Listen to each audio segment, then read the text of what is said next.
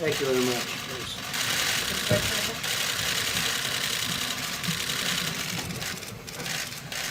Thank you very much.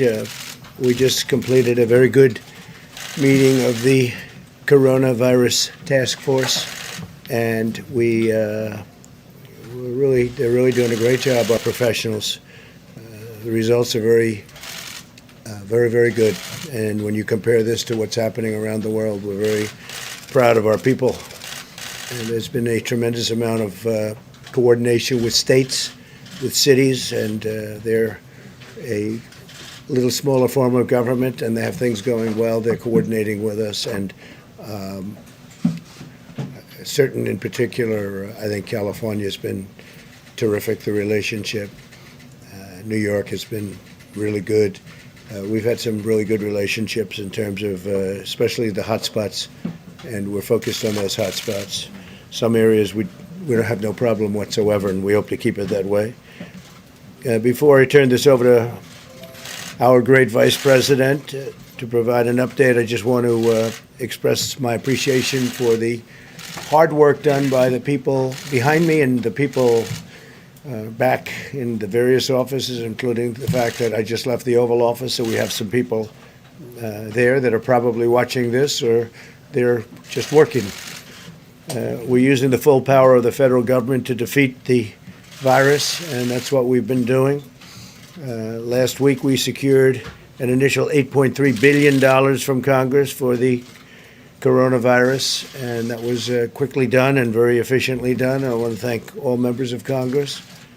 Yesterday I declared a national emergency, which was a very big deal because it opened up avenues that we would never be able to open up without it, and it will make more than $50 billion available to us immediately in disaster relief funds, and that's available for states, territories, and local governments. So that was really, really good.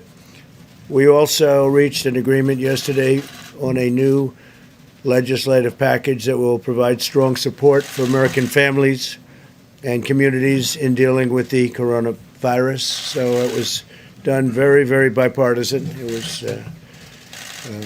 It was very nice to see it. Probably the cooperation. I want to thank Secretary of Treasury, Steve Mnuchin, who did a fantastic job and worked with Nancy Pelosi and their representatives, and it was really great. It worked out very well, and a lot of people are benefiting by it. A lot of provisions in the bill, which they're going to be discussing with you today, and they're tremendous provisions. So that's something that we should talk about. I was honored to see that the stock market, you were mostly there with us, set a record in a short period of time, over a 45-minute period, that we had the press conference yesterday in the Rose Garden. That was a record, an all-time record. I think we should do one of them every day, perhaps. How about 5 times a day? We'll do one 5 times a day.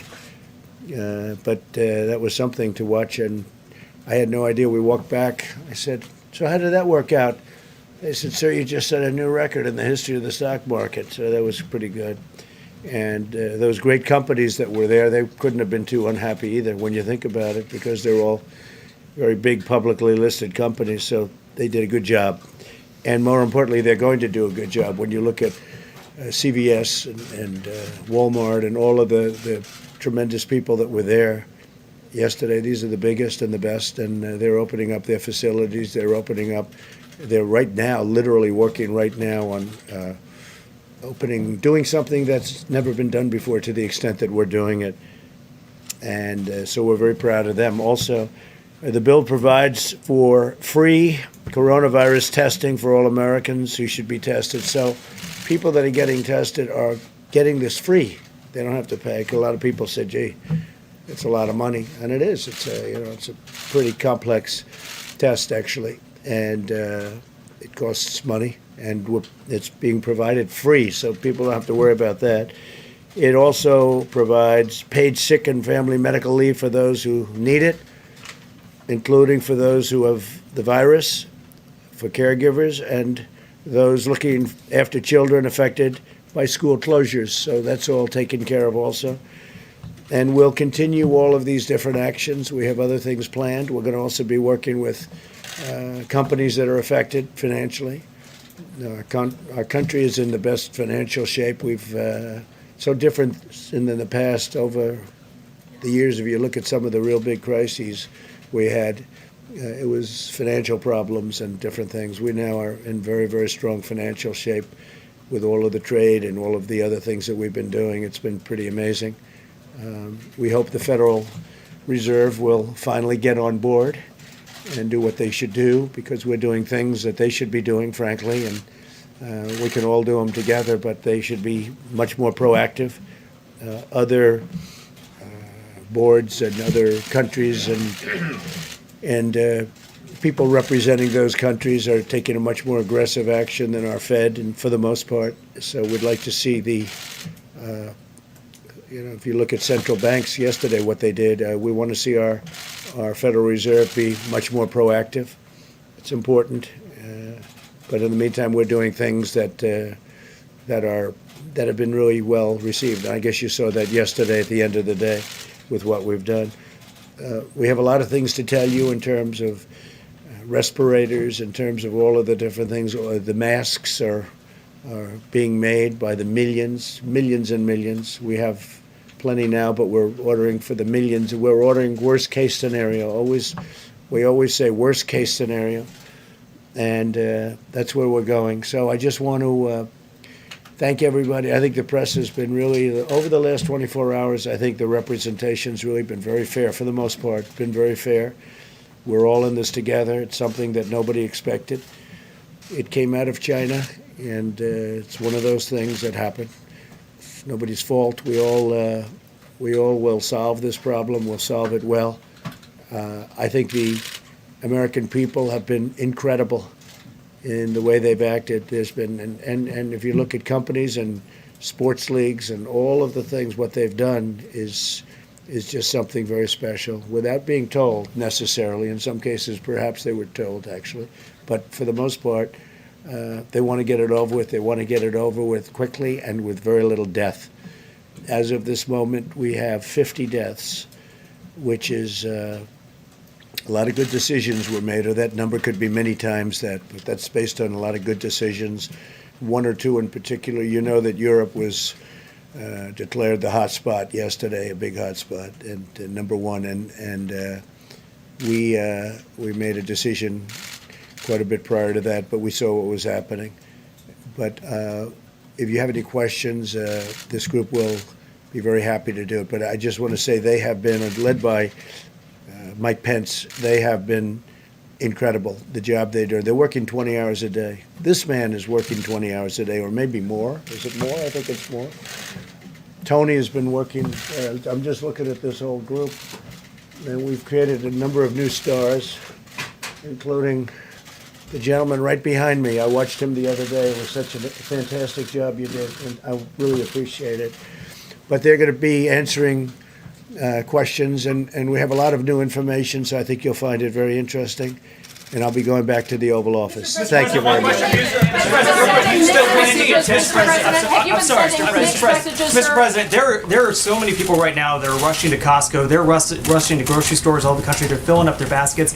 Is that the right move? Do you think that people should actually be saying, maybe conserve as opposed to buy? Also, overnight, Apple, sir, they announced that they're going to be closing all of their stores for 2 weeks. Do you want to see other retail outlets, restaurants, stuff like that do the same thing? I think it's fine if they do it. I think frankly, it's good if they do it. I think what Apple did is fine. And I want to keep people away for a little while. Just keep them away. And when it gets better, well, people are going and buying things, and I understand that. By the way, I had my temperature taken coming into the room. So did we. You did? Good. Yes, sir. Yes. Let's compare. Do you want to compare? We did all of it, yeah. Good. Well, that means we're all looking good. I also took the test last night. Yeah. And I decided I should, based on the press conference yesterday. People were asking, did I take the test? The result, Mr. President? I don't know, whatever it takes, a day or 2 days, whatever it is. They send it to a lab. Why did you But decide I to take it? You've been sending mixed Only messages, because the press sir. is going crazy. Mr. President, respectfully, you've been sending mixed messages. We watched as you shook hands with people yesterday. You have talked about 5 million tests being available, probably won't need that many. Has your own sense of urgency evolved, and are you changing what you're doing? No, I've been urgent. This is urgent for me right from the beginning. You know that because I closed up our country to China. But why are you shaking hands, sir? Because it almost becomes a habit, and you get out of that habit. And frankly, I was a non-handshaker for the most part. I never believed that shaking hands once you become a politician. And I notice it too. Political people walk up to me, they want to shake my hand. I said, well, you know, Mixed message, sir. just wait a minute. Just take it nice and easy, okay? Just relax. People come up to me, they shake hands, they put their hand out. It's sort of a natural reflex, and we're all getting out of it. All of us have that problem. Somebody comes up to you, they put their hand out, you probably tend to just shake it. And we're all getting out of that. Shaking hands is not a great thing to be doing right now, I agree. But people put their hand out. Sometimes I'll put the hand out, you don't think about it. People are thinking about it more and more. We have to think about it, it's important. Somebody said yesterday, I touched the microphone. I was touching it because we have different height people, and I'm trying to make it easy for them because they're going to have to touch because they wouldn't be able to reach the mic. They wouldn't be able to speak in the mic. So I'll move the mic down. And they said, oh, he touched the microphone. Well, if I don't touch it, they're going to have to touch it. Somebody's going to have to. So I might as well be the one to do it. But no, we all have to get away from, getting away from shaking hands is a good thing. And possibly that's something that comes out of this. Maybe people shouldn't be shaking hands for the long term because it does transmit flu and other things. You know, we have flu in our country that kills on average 36,000 people a year. 36,000 people. And, you know, that's something that we're not talking about. But as of this moment, we've lost 50, possibly a little bit less than 50, but probably 50 people. And we're going to try and keep that number as low as possible. Tell us how you how the test goes. Mr. President, the Pentagon is telling service members and their families not to travel domestically. Should all Americans follow that same advice? Well, if you don't have to travel, I wouldn't do it. If you don't have to travel, we want this thing to end. We don't want a lot of people getting infected. We want it to end and end as quickly as possible. So far, I think we've done a fantastic job. I really think that the people behind me have not been given the credit that they deserve because they have done a fantastic job. When you see all these school closures, the school closures are very important, but it causes a lot of problems. The bill that we signed yesterday takes care of a lot of those problems with children staying at home and the parents are working. Now we take care of that issue with what we passed last night. Now it has to go through the Senate. I have to sign it, but that will happen. But I'm now going back to the White House. You have great professionals, and if there's anything that comes up, if there's anything...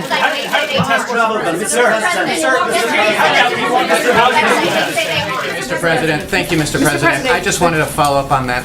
Are you considering other travel restrictions, perhaps domestically, Yes. in that regard? Can Yes. you describe what type of Specifically possibilities? from certain areas, yes, we are. And we're working with the states, and we are considering other restrictions, yes. Reuters is reporting that you're going to extend the European travel ban to the UK and Ireland on Monday. Is that accurate? We're looking at it very seriously, yeah, because they've had a little bit of activity, unfortunately. So we're going to be looking at that. We are actually already have looked at it, and that is going to be announced. You just criticized the Fed yet again. If I could just get a little clarity on your thinking on this. Yeah. It's been a hallmark of your presidency. You're always going after the Fed. If you feel so strongly about it, why don't you dismiss the chairman, or do you think you're powerless to do so? No, I think I have the right to do that, or the right to remove him as chairman. He has so far made a lot of bad decisions, in my opinion. We had this great, and we will soon have again, because I think you're going to have a tremendous bounce when this is over. I think there's a pent-up bounce that's going to be tremendous. I think you saw that yesterday with the stock market. No, I'm not happy with the Fed because I think that they're following, not leading. We should be leading. I'm not happy because if you look at the central banks of other central banks, largely they're lower than us, their rate. And their equivalent of the Fed rate is lower, in some cases by 2 points. In some cases, that's a lot. In some cases, very substantially. And I thought that the Fed would be and should be much more proactive as opposed to following. Our Fed is following. We have the #1 currency in the world by a factor of many times, as you know. We have the currency, we have the power, we have by far the strong currency. Also, you look at the dollar, the strength of the dollar. Our Fed is not doing what they should be doing.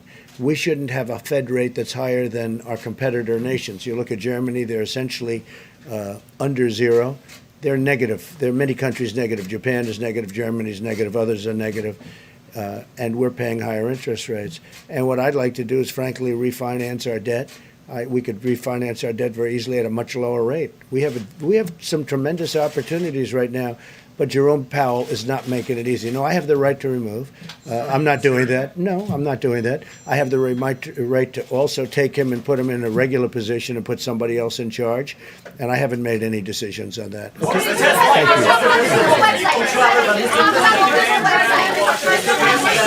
Thank you.